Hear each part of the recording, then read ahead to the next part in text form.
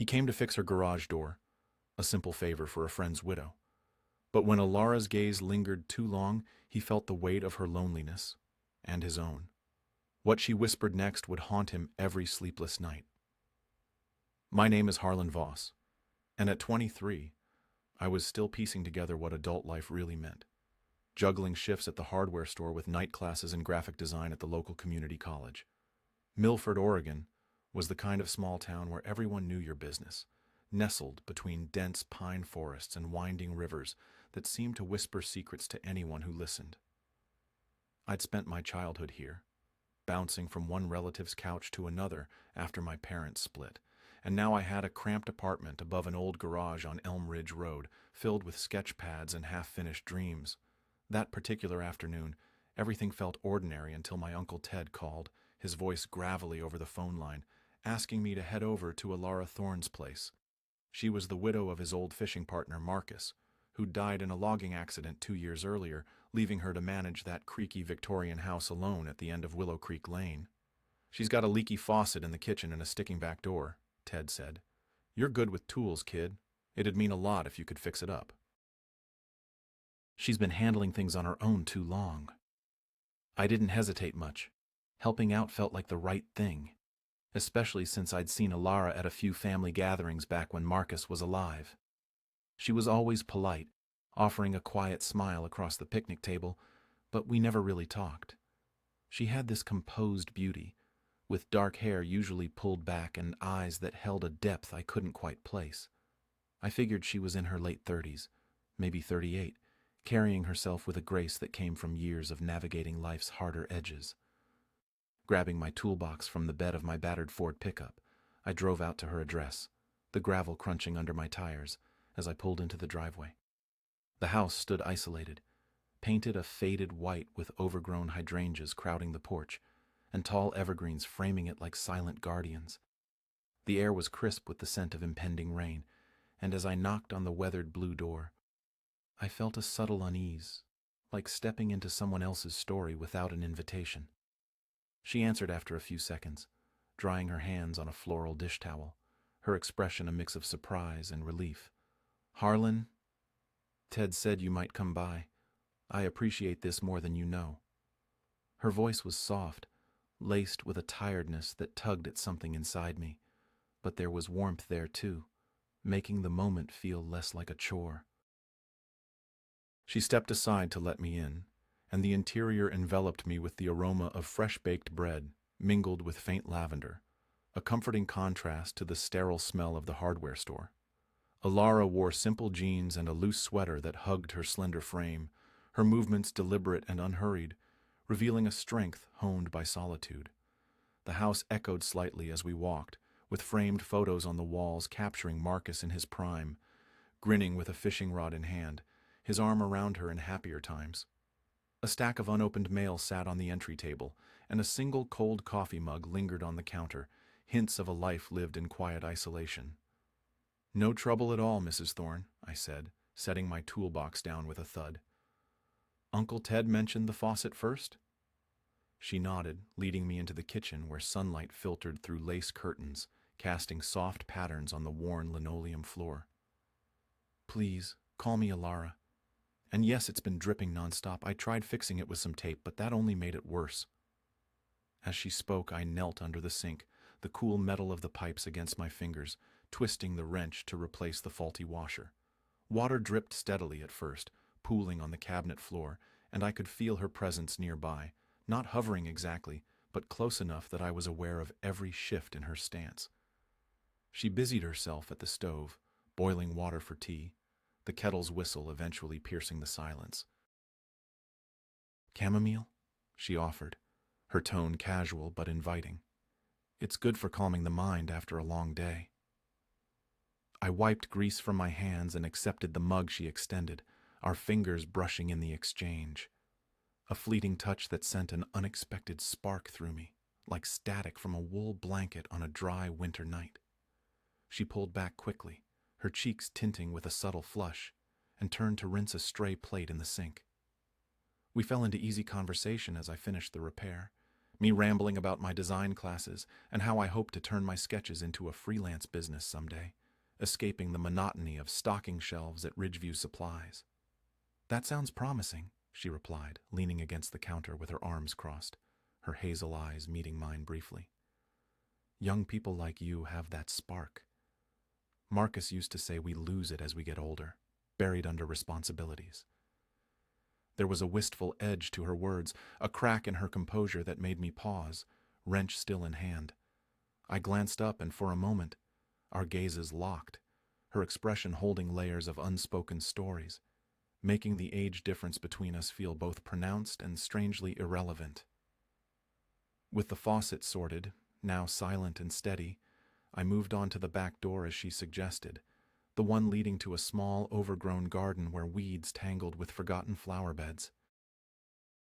The wood had swollen from recent rains, sticking stubbornly in its frame, and I set to sanding it down, the rhythmic scrape filling the air. Alara stood in the doorway, arms folded against the chill breeze, watching with quiet interest. The afternoon light slanted through the branches, highlighting the fine lines around her eyes, marks of laughter and loss, and I found myself stealing glances, drawn to her poise despite the vulnerability she tried to hide. "You've got a steady touch with that," she commented softly, her voice carrying over the sound of my work. Marcus was never handy. He'd call Ted for everything, laughing about his 2 left thumbs. I chuckled lightly, trying to ease the moment. Runs in the family, I guess. Just happy to help. Testing the door, it swung open smoothly now, the hinges oiled and quiet. As I straightened up, I caught her staring, not at the repair, but directly at me, her look a blend of gratitude and something deeper, more searching. She stepped forward to pass me a clean rag, our hands touching again, this time with a deliberate slowness that made my pulse quicken. The air between us grew thick, heavy with an unspoken tension that I couldn't name. I was just a kid in her eyes, probably, 23 and fumbling through life, while she navigated the weight of widowhood in her late 30s. Yet, in that instant, the divide seemed to narrow, pulling me toward her in ways I hadn't anticipated. Back in the kitchen, she insisted on compensating me, pulling out her wallet, but I waved it off firmly. "Really, it's nothing. Consider it a favor for Uncle Ted." Her faint smile revealed a dimple I hadn't noticed before, and she tucked a loose strand of hair behind her ear, a gesture that felt oddly intimate. "At least let me feed you. I've got lasagna baking, way too much for one person. It'd be a shame to let it go to waste." I hesitated, glancing at the clock on the wall, knowing I had no real plans beyond scrolling through design tutorials in my empty apartment. But accepting felt like stepping further into this uncharted space, crossing a line drawn by convention and circumstance. Still, I nodded. "If you're sure it's no bother." We ate at the scarred wooden table in the dining nook, the lasagna rich and comforting, steam rising in lazy curls. Conversation flowed more naturally than I'd expected. She shared glimpses of her life before Milford, growing up in bustling Seattle, working as a librarian until Marcus's job in logging brought them to this quieter corner of Oregon. "It's serene here, but the silence can be overwhelming sometimes," she confessed, her fork pausing midair as she stared at her plate. "After Marcus passed, I considered selling the house and starting over, but every room holds pieces of him. It's hard to let go." The rawness in her voice hit me hard, stirring an urge to comfort her that I didn't fully understand. Words escaped me, so I reached across the table, covering her hand with mine in a gesture meant to reassure. Her skin was warm, soft under calluses from her own daily battles, and instead of pulling away, her fingers curled slightly, holding on just a beat longer. That simple connection sent a wave through me, amplifying the quiet intimacy of the moment. As we cleared the dishes side by side in the narrow kitchen, our shoulders brushed occasionally, each contact heightening the awareness between us. She laughed at my awkward stacking of plates in the dishwasher, a genuine, melodic sound that broke the tension briefly, and said, "You're kind, Harlan. Not many your age would stick around for this." Her words underscored the gap. Me, young and unscarred. Her carrying the maturity of loss. But they also carried an undercurrent of appreciation that mirrored my growing sense of connection, tinged with loneliness I rarely admitted. Twilight settled in as the sun dipped behind the trees, painting the room in soft grays. I knew I should head out, but she poured wine from a dusty bottle she'd been saving, red and full-bodied. "Just one glass," she suggested, her eyes meeting mine with a spark that made my stomach tighten. We migrated to the living room couch, the space between us shrinking with each shared story. She spoke of deferred dreams, like traveling to Europe, now shelved by grief, and I opened up about my fears of stagnation, of never breaking free from Milford's grasp.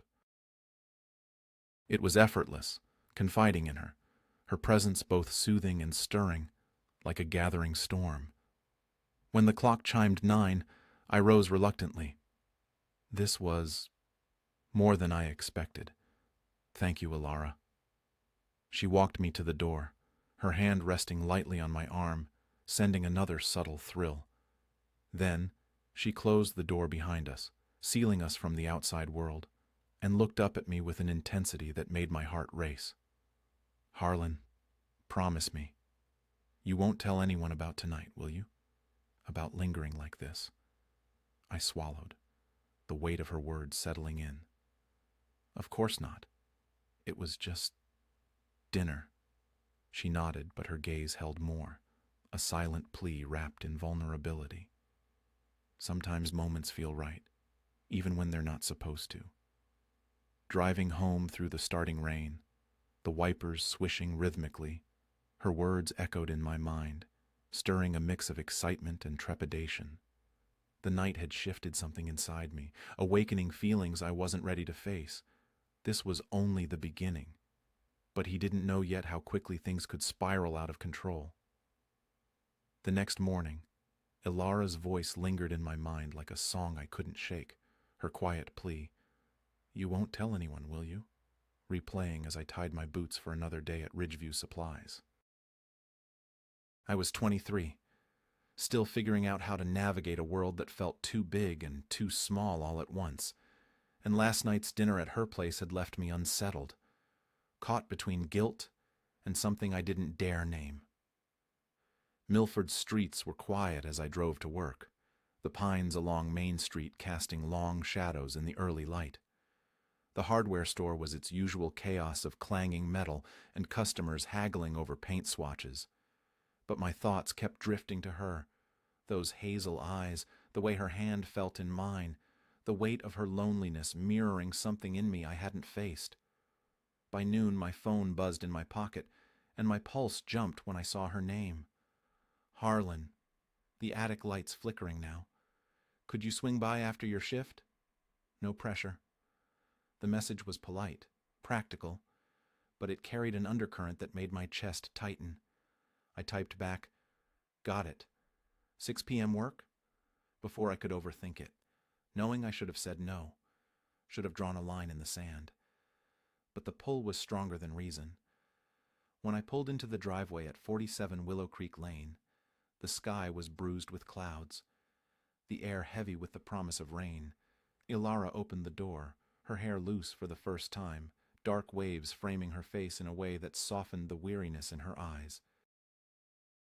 She wore a simple blouse and skirt, the kind of outfit that spoke of effort without trying too hard, and I guessed she was around 38, her maturity etched in the subtle lines of her face, a beauty shaped by time and loss. "You're too good to me," she said with a small smile, stepping aside to let me in. The house smelled of cedar and something sweet, maybe cookies cooling somewhere, and it wrapped around me like a memory I didn't own. I carried my toolbox upstairs, following her to the attic access, a narrow pull-down ladder that creaked under our weight. She handed me a flashlight as we climbed, her fingers grazing mine, and I felt that same electric spark from the night before, sharper now, like a warning I chose to ignore. The attic was a time capsule, dusty and cluttered with relics of her past. Cardboard boxes lined the walls, labeled in faded marker. Marcus's tools, winter clothes, old letters.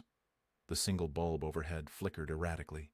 casting shadows that danced across her face as I worked to replace the socket. Alara stood at the top of the ladder, arms wrapped around herself like a shield against the memories the space held.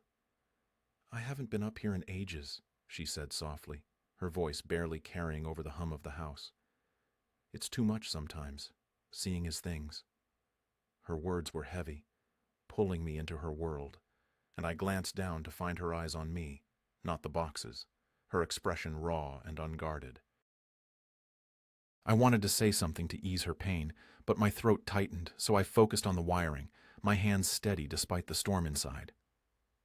"Need anything brought down?" I asked, trying to keep things practical. She hesitated, then pointed to a box tucked in the corner. "That one, his fishing gear. I thought about giving it away, but I'm not ready." I dragged it over, the cardboard scraping against the wooden floor, and as I set it near the ladder, a photo album slipped out, pages falling open to reveal Alara and Marcus on a lake, her younger self laughing, her hair catching the sunlight. She knelt beside me, her fingers brushing the photos with a reverence that made my chest ache. "We were so happy then," she murmured. "He was 32, I was 25. Life felt like it would go on forever." Her voice cracked, and without thinking, I placed a hand on her shoulder, meaning to comfort, but feeling the warmth of her skin seep through her blouse. She leaned into my touch, just slightly, her breath hitching, and the attic shrank around us, the air thick with something unspoken, dangerous, and alive. We finished the light repair quickly. The new socket snapped into place, the bulb glowing steadily now, and descended the ladder, her hand brushing mine again on the rungs, this time lingering a heartbeat longer.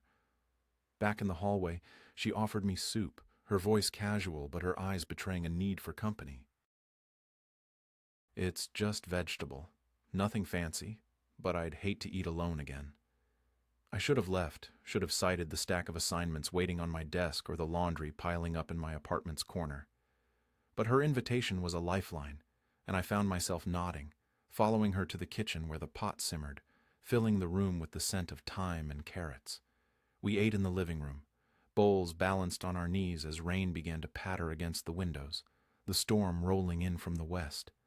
The conversation started light, her stories of library patrons who returned books months late, my tales of customers at the store who thought duct tape could fix anything. But it deepened as the light faded. "You ever feel like you're just going through the motions?" she asked, staring out at the rain-slicked garden. "Like you're waiting for something, but you don't know what?" Her question hit me harder than I expected, echoing my own fears of being trapped in Milford forever, my dreams of a design career slipping away like sand. "All the time," I admitted, setting my bowl on the coffee table. "Growing up, after my parents split, I moved around a lot. Different houses, different rules. It made me scared to get too close to anyone, like they'd vanish if I did." Her eyes softened, and she set her bowl aside too, shifting closer on the couch. "After Marcus, I felt that too. Like I'd built walls so high no one could get through. But then, someone like you comes along, and I wonder if I'm wrong to keep them up." Her words were a confession, quiet but seismic, and I felt the gap between us, her in her late 30s, me barely past boyhood, both widen and collapse. Without thinking, I reached for her hand, our fingers intertwining naturally, her skin warm and soft against mine. The touch was innocent but charged, sending a current through me that made my heart pound. "Alara," I started, my voice low, us talking, being here, it's more than I expected when I came to fix your faucet." She smiled faintly, her thumb tracing slow circles on my palm, each movement amplifying the tension in the room.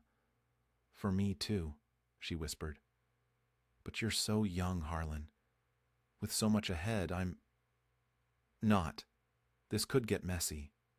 The rain intensified outside, drumming a steady rhythm, and we sat there, hands locked, the world shrinking to the space between us.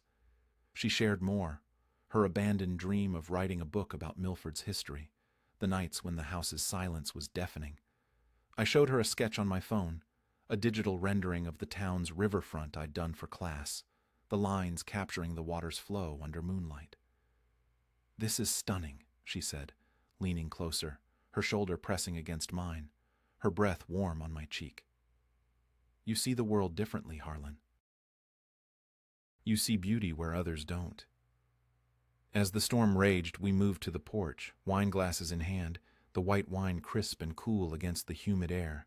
Lightning cracked in the distance, illuminating her profile, those lines of experience, that quiet strength. And I realized how deeply she'd gotten under my skin. "Why'd you come back today?" she asked suddenly, her voice cutting through the thunder. "Really?" I paused, the glass cold against my lips. "Because you asked, and because last night felt like I wasn't just passing through someone's life." Her eyes searched mine, conflict and longing warring within them. She squeezed my hand tighter, the gesture saying what words couldn't. We went inside when the wind grew fierce, drying off in the kitchen.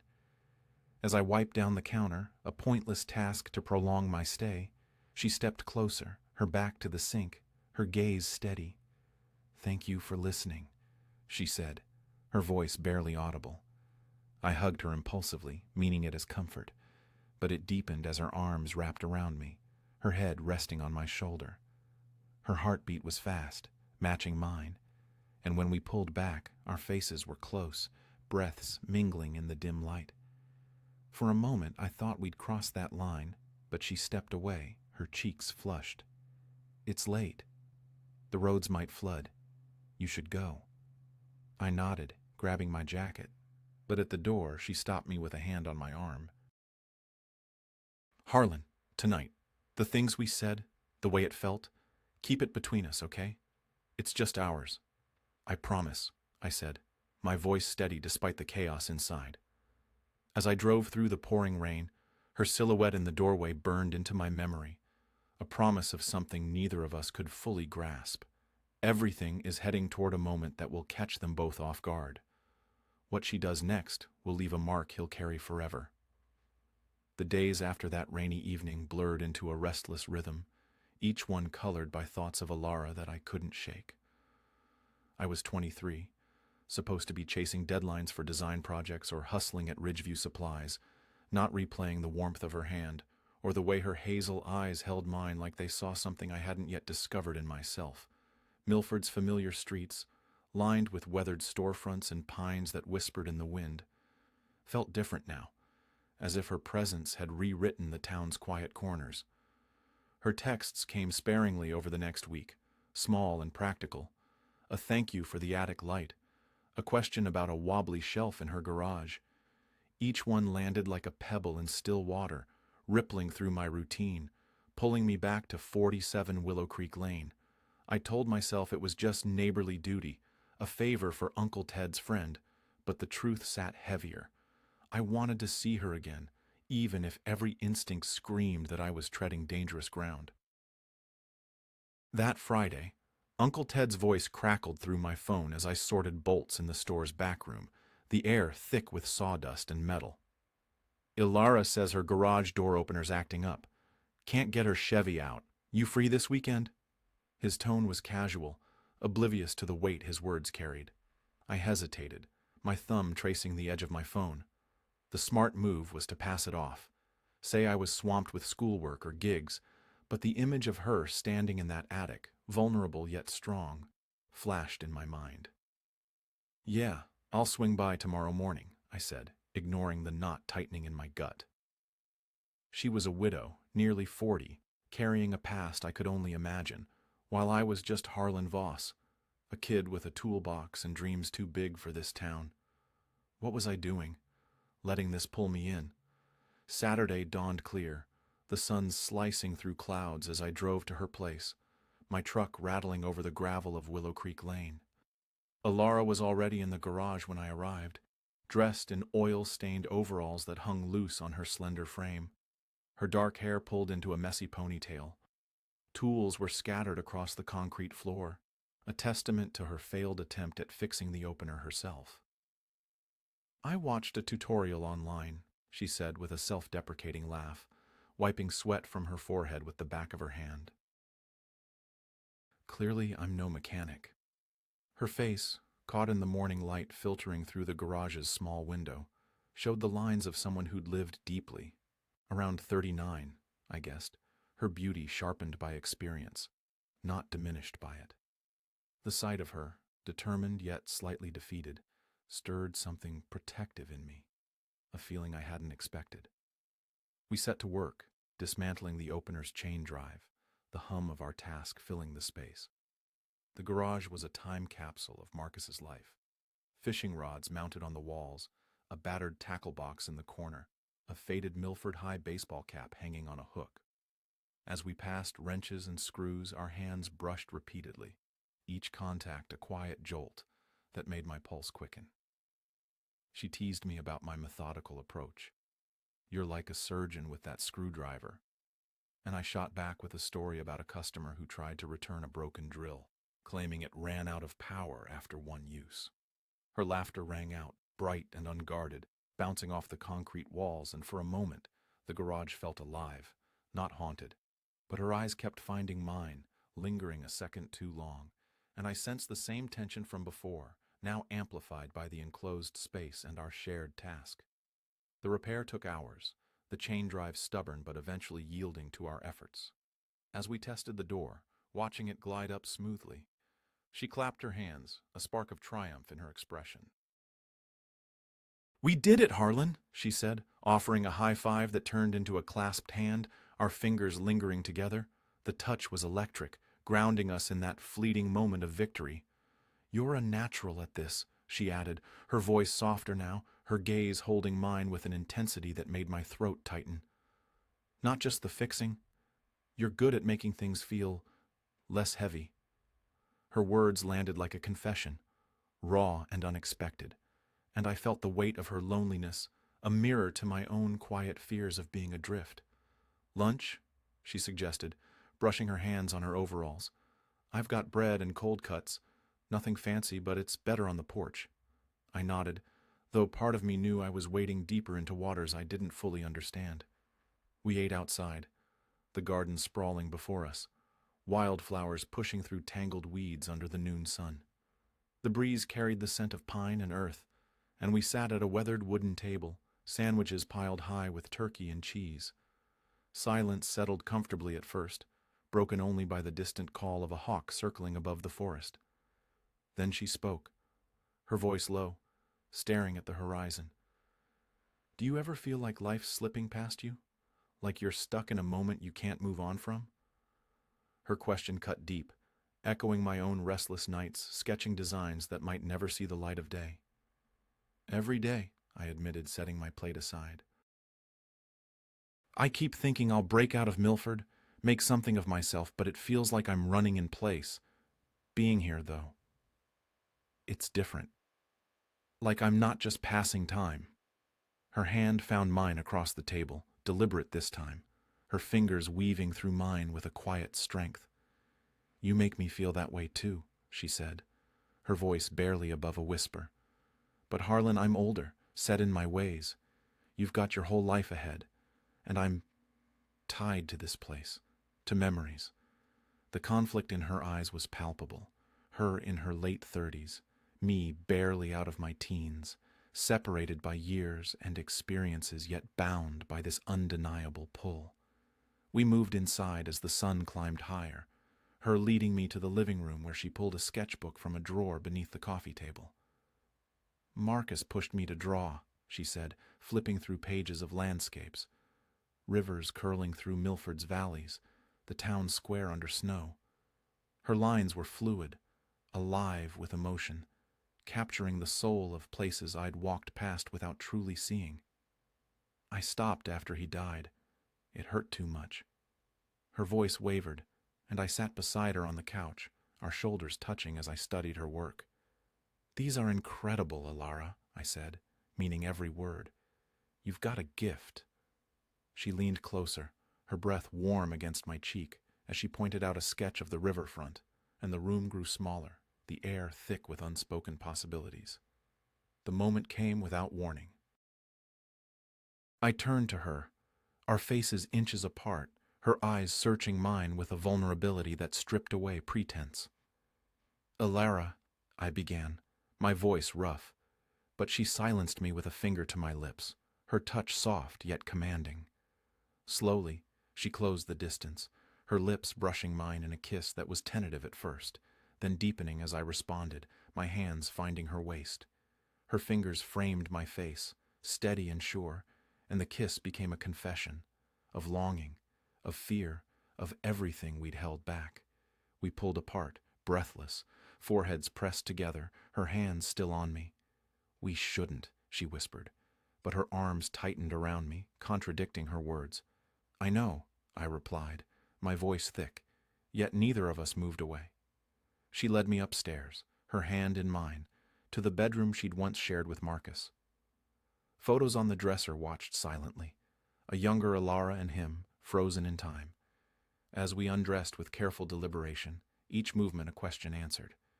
Her skin was warm, marked by years of living, and we explored each other with a tenderness that felt like a shared secret, her sighs blending with mine in the soft afternoon light. Afterward, we lay tangled in the sheets, her head on my chest, her fingers tracing idle patterns across my skin. "This changes everything," she said quietly, her voice heavy with truth. "But it can't define us, Harlan. It's too complicated." "What now?" I asked, dread creeping in despite the warmth of her beside me. She sat up, pulling the sheet around her, her silhouette a study in strength and fragility. "We hold this moment close, but tomorrow we go back, to work, to life. Promise me you won't tell anyone, Harlan. Not Ted,